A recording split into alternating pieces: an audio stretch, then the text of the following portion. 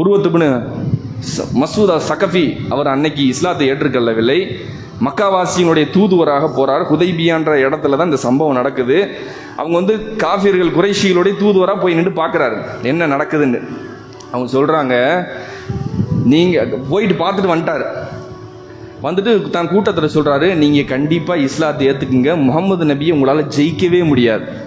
முகமது நபி ஸல்லல்லாஹு அலைஹி வஸல்லம் அவர்களை நீங்கள் ஜெயிக்கவே முடியாது.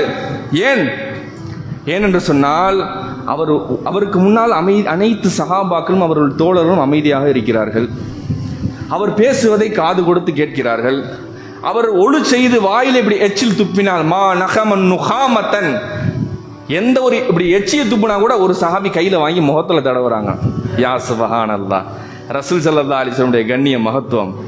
நம்மை போன்ற அவர்கள் தோற்றத்தை அவுட்ஃபிட்டு பார்க்கறதுக்கு நம்மளை மாதிரி அடிச்சா வலிக்கும், பசி எடுத்தா சாப்பிடுவாங்க. இதெல்லாம் பார்க்கறதுக்கு உண்மைதான். அவருடைய அந்தரங்கம் எப்பேற்பட்டது, அவருடைய உடம்பு, அவருடைய கண்ணியம், அவருடைய பார்வை எப்பேற்பட்டது, அவருடைய நற்குணம் எப்பேற்பட்டது சஹாபாக்களுக்கு தெரிஞ்சிருச்சு.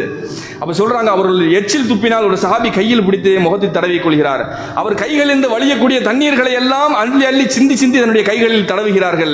யாருக்கேனும் அந்த தண்ணீர் கிடைக்கவில்லை என்று சொன்னால் பக்கத்தில் இருக்கக்கூடிய சஹாபியுடைய கையில் இருக்கக்கூடிய ஈரத்தை எடுத்து தான் தடவிக்கிறாங்க. தபர்ருக், அந்த நபியினுடைய பரக்கத்து தனக்கும் கிடைக்க வேண்டும் என்று. இதெல்லாம் பாருங்க, இதெல்லாம் நீங்க வழிகேடான கொள்கையா?